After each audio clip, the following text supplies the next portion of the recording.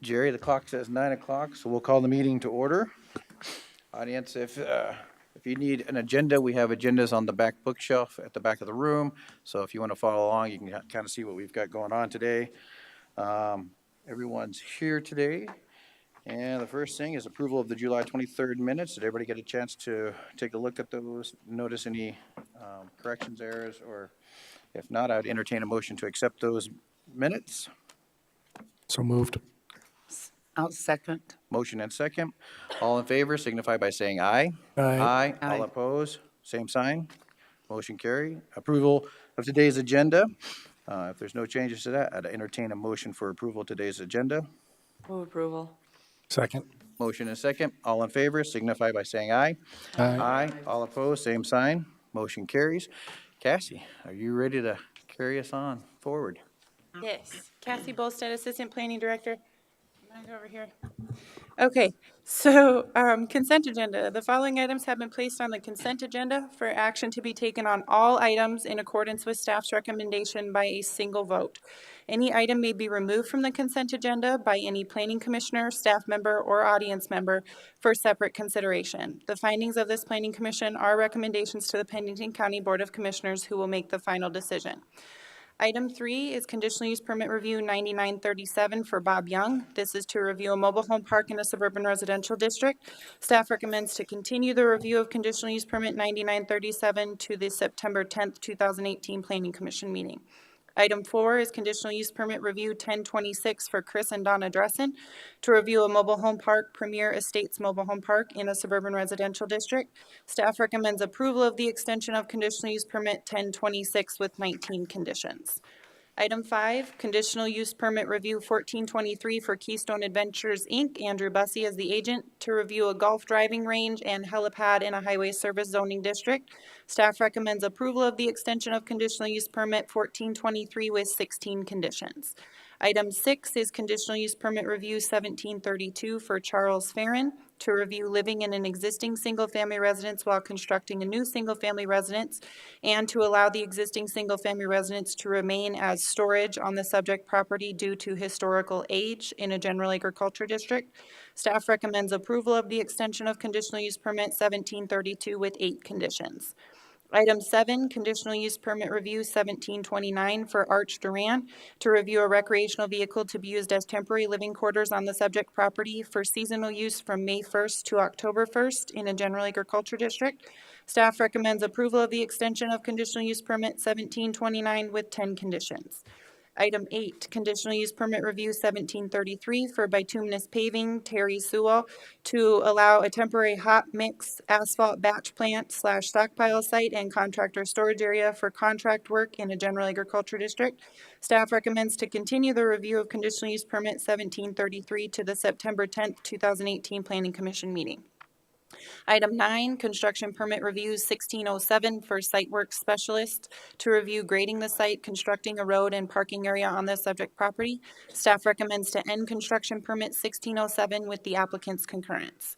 Item 10, construction permit review 1608 for Highmark Inc. to review the removal of existing surfacing, installation of a 33-foot wide or 33-foot sanitary sewer along the center line of the existing roadway and constructing the roadway with asphalt surfacing.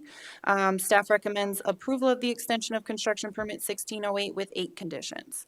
Item 11, construction permit review 1609 for Lazy P6 Land Co.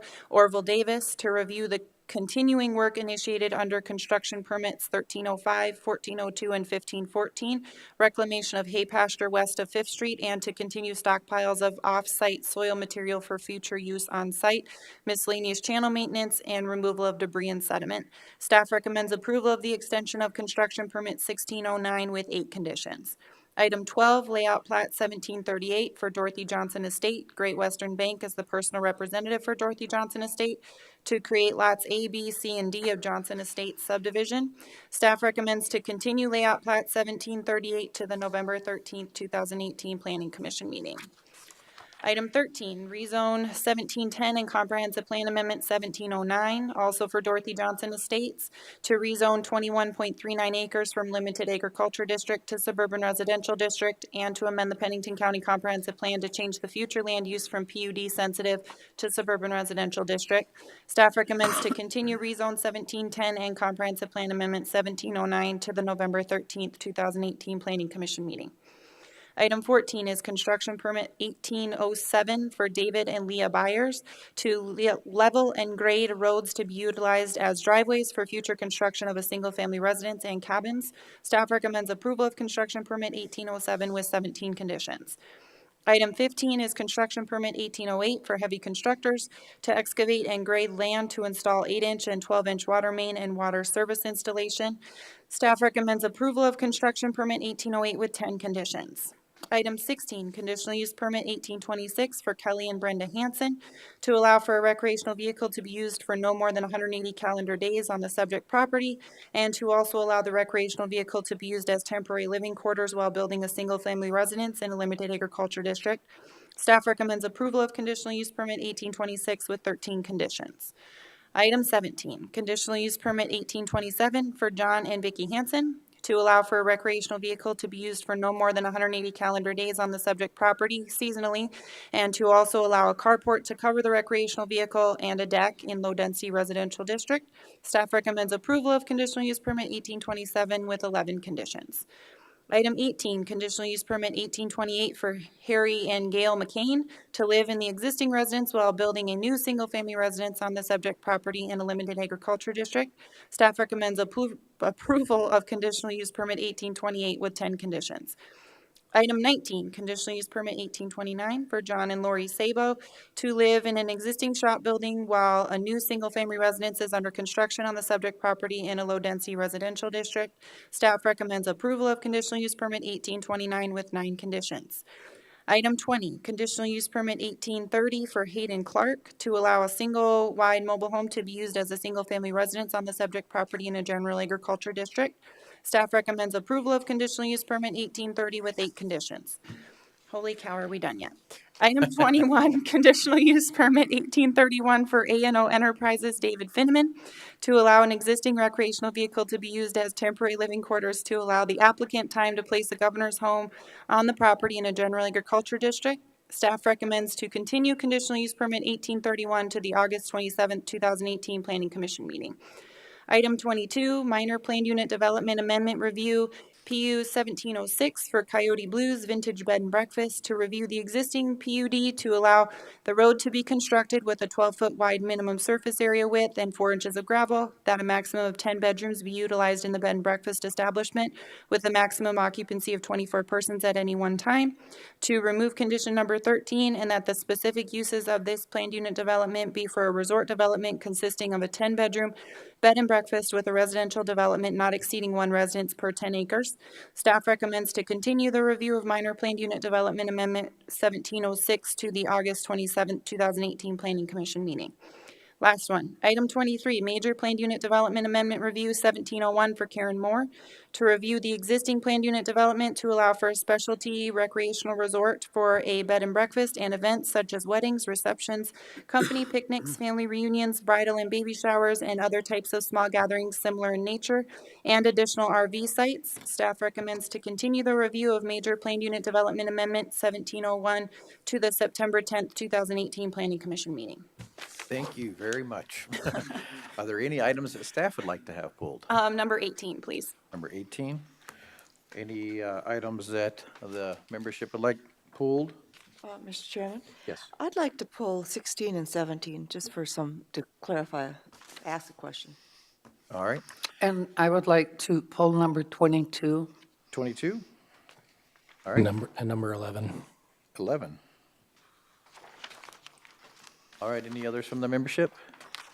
Any audience members from the public, if y'all have, all those items that we just read through, if you would like to have them pulled off of the consent agenda and voted on separately to discuss them, please come forward now and let us know if you have any concerns with any of those. If not, they'll be voted on in one single vote. You look like you have a question, sir. I just have a question.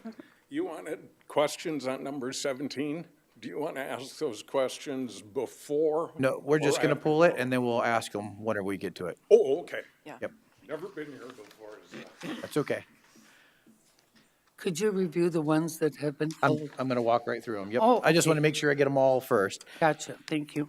So that would leave our consent calendar, or our consent agenda with items 3 through 10, 12, 13, 14, and 15, so 13 through 15, 19 through 21, and then 23. And that would be the removal of items number 11, 16, 17, 18, and 22. I just want to make sure I got that correct, because there was a lot of them. Any others? All right. I'd entertain a motion for our consent agenda items as 3 through 10, 12, 13 through 15, 19 through 21, and 23. So moved. I'll second. Motion and seconded. All in favor signify by saying aye. Aye. Aye. All opposed, same sign. Motion carries. That takes us to item number 11. Item 11, they ran upstairs to get the staff member who actually wrote this staff report, but it's a construction permit review for Lazy P6. Did you have a particular question, Rich? Mr. Chair, I just had a quick question. On letter D, it says that the staff performed a site visit with the applicant. The applicant is filling in the retention pond located by Fifth Street and Elkvale Road and will relocate approximately 500 feet to the west. Is he relocating the retention pond at the same time that he's filling the other one in? Or will there be a point there where one is full and we don't have the retention? And is it necessary? I guess I'm assuming there's a master drainage plan associated with that.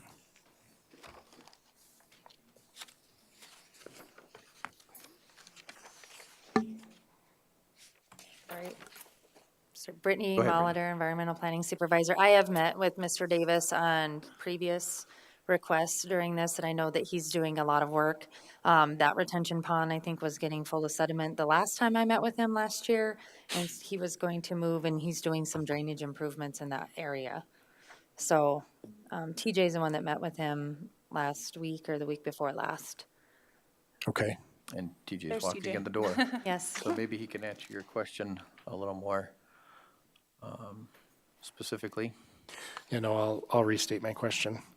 The question is in regards to the retention pond that's being filled in with soil. It says that the applicant has continued to stockpile soils on the property and to hay the designated field. The applicant is also filling in the retention pond located by Fifth Street and Elkvale Road and will relocate approximately 500 feet to the west.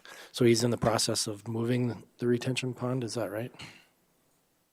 EJ, Pennington County Planning and Zoning. Yeah, he is. He's basically where the pond sits now. He's got a drive coming across it, and he's just moving it to the other side of the drive. So will he move that then as it's being filled, or is it going to get filled and then he'll move that? Doing it both at the same time. Okay. Yeah, he's slowly filling it and slowly diverting the water to the other one Okay. at the same time. That answers my questions. I have no further questions. I would move to approve construction permit review CP 16-09. Motions to approve. Second. Motion is second. Any further discussion? I believe Orville's name is misspelled. I believe there's only one L. Do we know for sure? It is 1L. Can we make that correction in there as well? All right, I'm good with that. you're good with that? All right. All right, any further discussion? Seeing none, all in favor signify by saying aye. Aye. All opposed, same sign. Motion carries. Takes us to item 16. Item 16 is conditional use permit 1826. This is to allow an RV to be used for no more than 180 calendar days and to allow the recreational vehicle to be used as temporary living quarters while building a single-family residence. Did you have particular And questions? my question really applies to both 16 and 17.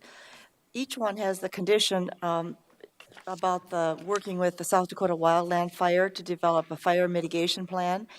And I'm just wondering about the timing of that. It doesn't say to do this within 6 months. It doesn't say to do it within any prescribed time. And so I'm just wondering how that works, and does it, read like it is, it almost seems like it just needs to be done before the next review. Is that how it works, or? Yes, typically, because we put that condition in there for, as a strong recommendation. That comes from our county fire administrator, because Right. he pretty much wants every property to have some sort of fire mitigation plan. But it's not something that we can, necessarily require because we don't have fire codes. So it's not something that we can necessarily require, so we generally don't put a time limit on it. We just put it in there as a condition, as something that we strongly recommend that you do. Okay, Does that answer your questions? right, yeah. I mean, I appreciate that, and, I mean, and perhaps maybe, I mean, I'm not, it's fine the way it is here, really, but, maybe that should be a little more clear that, I mean, I don't know how to really word it, but maybe it should make it, because see, by reading this, I didn't understand the nuance, that it's not a requirement, it's a recommendation. And, and so perhaps that is something that you can think about, maybe and make that clear. We also try not to put a time limit on it as well, because we realize that it involves people from other departments, and we don't know what their Yeah, timeframes and things along those lines are. So if they can't get with, South Dakota Wildland Fire for, I mean, if we put like a 30-day timeframe on it and they can't Sure, come out no, and do I it in 30 understand. days, then Right. technically puts them in violation of their conditions. right, you don't want that, yeah, okay. Well, very good, I'll move approval for both 16 and 17. All right, motion to approve 16 and 17. Is there a second? Second. Motion and a second. Is there any further discussion? Do you want Say again? to say something? Oh, all right, sir. Do you, John Hanson, representing John and Vicki Hanson on 17. I just have a couple of clarification questions on a couple of one of them was the fire mitigation. I wasn't sure how that worked, because condition 11 was that everything had to be met within 1 year. Just that it'll get reviewed in 1 year. Okay. And then item 6, that while the RV is being used as a living quarters, it be hooked into the approved on-site wastewater treatment system.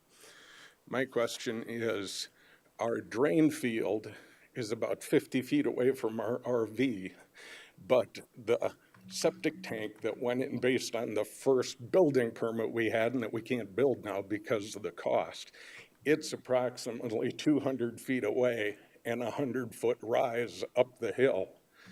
Is it possible that I could put a tank in the back of my Gator, drain into that, drive it up to my septic tank, and dump it in there? Because we only get out 3 weeks a year. Do you understand what I'm asking? I think I'm understanding what you're asking, not to directly connect to it, but have your, Or if you allowed me to put in a smaller poly tank that would hook into my drain field until when we retire in 8 years, be able to build up on top, then we could take that poly tank, either take it out or fill it with gravel or sand so that there isn't 2 septic tanks being used. But I don't know if I can handle the cost of trenching again and then putting a lift station to get it up to our existing septic tank. If I could put in another poly tank, because I don't think I'd need a big concrete tank next to our drain field to get it there. See, the wording was being tied into. I think I understand what you're saying. Brittany, does that sound feasible, plausible? I mean, he would have to apply for a permit for that, right? Right, correct. He'd have to go through the permitting process, and then the poly tank would have to be something that's approved by the state. So in consideration with that, can I just haul the waste from our camper, take it up the hill and put it into our existing septic tank, which is already approved but hasn't been used for 4 years? Membership, your thoughts? Do you have any questions about this? It seems reasonable. Because at this point, my wife gets 3 weeks of vacation, I get 4. We really don't have weekends because I'm a pastor back in Mitchell. So We come out usually the first week of June over my birthday, then we try and come out over 4th of July, and then we try to come out Labor Day. And then if it works, we'll come out like for New Year's Eve, because we just don't have the time to. It seems like a reasonable request to me. Did you speak with the individual you were working with in staff about that originally? That would be my next question.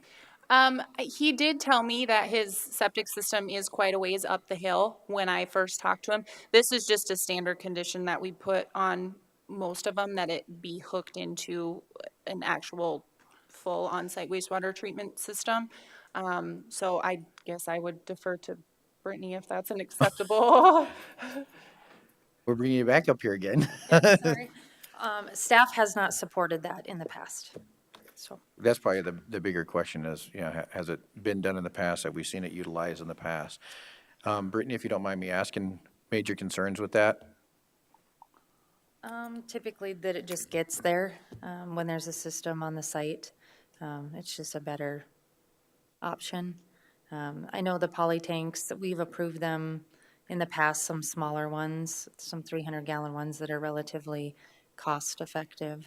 So, but we haven't, staff has not supported that method in the past. Of hauling them up and then, Yes. okay. Any further questions for the gentleman? I guess I don't have any questions. My general thought is that I would be supportive of the poly tank option if that's something that you could get approved via the city. I think having the landowner be their own waste hauler maybe not be a suitable solution. Neighbors, that kind of stuff may not enjoy that type of thing. So I think the poly tank idea is something that I would be in favor of. Okay, so there is currently a motion and a second on the current wording of this. And so now if we're considering that we're going to change it a little bit, we would need to vote this down and then have another motion. Is there any further discussion? Do you have a question, sir? Just a couple more questions. One, since I have the site plan in here, do I have to go through a separate process to get a variance for setback? Because we're missing it by like 2 feet on each side. Okay. Yes, you would. Can I ask one more question? Are we allowed to, like, come out over Labor Day and stay in our camper if we were to use, honey pot for our bathroom, which goes into a bag, and then we just, the approved one, like you buy at Cabela's or whatever? Or are we not allowed to come out to our camper and stay in it on the property over Labor Day? I think some more of your questions would better be answered if you sat down with a staff member, kind of walk through some of the finer details of that rather than kind of Okay. going through them up Okay. here. Because there are things that you can do and things you can't do, but trying to hash them all out right up here is Okay. probably not the most appropriate. Fair enough? Thank you. Thank you. All right, so currently though, the item number 6 is what is in question as far as giving him an opportunity. So the current motion is to approve as it is written, and it was seconded. Is there any further discussion on this? I would just leave it as written, and then that way, if he gets a poly tank approved, then would not the way that this is written work? That's true, it would, because once they put it in there, he just has to go through the process to get the poly tank on. Yep. Then it would indeed be hooked up or hooked into, as Hooked into. it says here. I think that the one consideration here is that this is not, even though the conditional use permit limits it to 180 calendar days, you're saying it's going to be far fewer than 180 days. It's just going to be at most 4 weeks, absolutely at the max. Right, exactly. So I think that should be a consideration in, going through the process of trying to develop an alternative that meets this condition. Okay. All right, are we all clear on what we're voting on? It is both 16 and 17, because that was the motion to approve them as they are. Yes. So, all Unless right, you want them separate, we can redo this, but, I don't have a problem with them the way they are, because Okay. I don't think we're going to change anything on them. all right. Any further discussion? Seeing none, all in favor signify by saying aye. Aye. Aye. All opposed, same sign. Motion carries. That takes us to item 18. Okay, item 18, I am going to go through a little bit of a presentation on this one, just to let you know why staff pulled it off. So this is a request to live in an existing residence while building a new single-family residence on the subject property. The applicants are Harry and Gail McCain. The reason that staff pulled this off of the consent agenda is that staff actually did have a conversation with the McCains. They called in on Friday, and I actually did have a conversation with them this morning at the counter. In the analysis part of the staff report, you'll see that it states that the existing living quarters must be removed from the pole barn that was converted into living quarters no later than the expiration of the building permit for the new residence or once the new residence is complete. The McCains have approached staff and stated that they would prefer actually to, once their new house is built, to actually turn the living quarters that are on there right now into a guest house.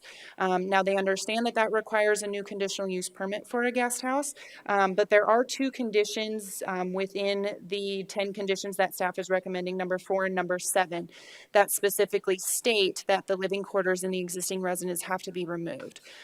So staff does not see any concern right offhand with what they are proposing, since they have to go through the conditional use permit process again anyways for a guest house. So what staff is recommending after having a conversation with the McCains is staff is still recommending approval of conditional use permit 1828 with 10 conditions, but I would like to just make a couple of amendments to number 4 and number 7. So number 4 could state that the subject property not contain more than one residential structure, i.e. single-family residence or living quarters at a time, unless a conditional use permit is approved to allow the existing residence, the hay shed, as it's referred to in other conditions, as a second residence, meaning they could apply for it to be a guest house or a ranch hand's residence or whatnot. And then number 7, state that the temporary living quarters be removed from the hay shed once the single-family residence is habitable or the expiration of the building permit for the single-family residence, whichever comes first.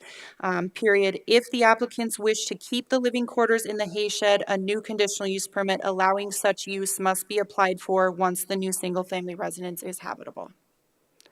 Those would be my suggestions. And the McCains are here in the audience today if you have questions for them. Awesome, thank you. Any questions for staff? Mr. Go Chair, ahead, Rich. are the McCains agreeable to the changes that you've just indicated? All right, any further questions? Any members of the audience like to speak on behalf of this item? All right, current recommendation with the edits is to approve. Staff recommends approval of CUP 1828 with the following 10 conditions as edited by Cassie. I'll move approval of CU 18-28 with the amendments as described by Cassie. Second. Motion and a second. Any further discussion? Seeing none, all in favor signify by saying aye. Aye. All opposed, same sign. Motion carries. Thank you. All right, that takes us to item number 22. Yes, I was involved with representing the seller of this property to the current owner, and so I have a great deal of prejudice and bias, so I would like to abstain from voting on it. All right. Anything else on this one? If not, the current recommendation is to continue the review of PUD 1706 to the August 27, 2018 Planning Commission meeting to allow applicant time to submit the required information. Is there a motion? So moved. Second. Motion a second. Any discussion? Seeing none, all in favor signify by saying aye. Aye. Aye. All opposed, same sign. Motion I carries. abstain. Yep. Thank With you. Sandy sustaining. Abstaining, I should say, not sustaining. Whatever. I know. All right, that takes us to item number 24. Good morning. Item number 24 is conditional use permit CU 1825 for Scott Whidbey to allow for a single-family residence in a highway service district. Staff spoke with the applicant on Friday, and he would like to continue this to the August 27, 2018 Planning Commission meeting. So moved. Second? Motion second. Any discussion? Seeing none. All in favor signify by saying aye. Aye. Aye.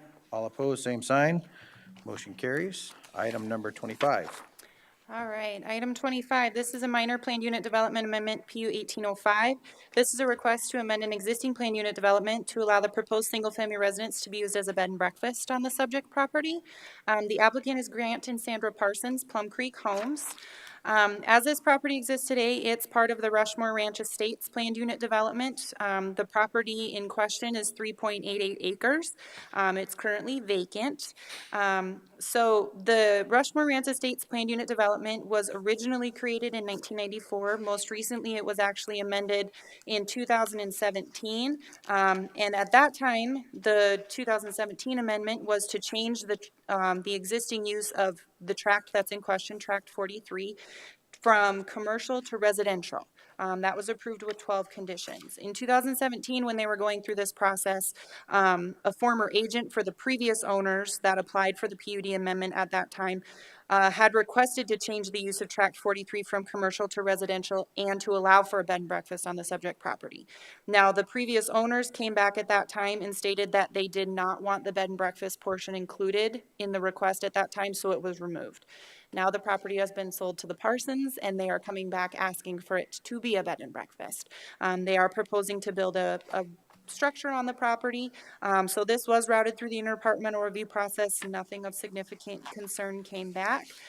So staff is recommending approval of minor planned unit development amendment 1805 with 12 conditions. Any questions for staff? All right, seeing none. Any members of the audience like to speak on this item? Come forward, ma'am. State your name, please. Good morning. My name is Ann Slaughter. I'm a resident of the Rushmore Ranch Estates. I just have a couple of questions. This was rezoned from commercial to residential last September, and now it's being proposed to put a bed and breakfast on that. Is that not a commercial operation? I'm not sure I understand the zoning. All right, Cassie. It's my understanding that the state views bed and breakfasts the same way that they view vacation home rentals. It's not necessarily a commercial operation, especially with bed and breakfast, because there is someone living there. Right. So What it's being used for, commercial, you come in, you buy something, you leave, and no one stays on the property. Okay. Technically, yes, I get what you're saying. It's a commercial operation, they're a business, they're making money on it, but it's what the inhabitants are doing, and they're basically living in it for a short period of time. Okay, Yes. great. Thank you for that clarification.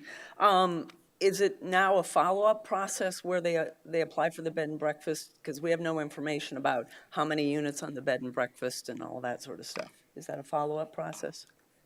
once they apply for their building permit, lost the word.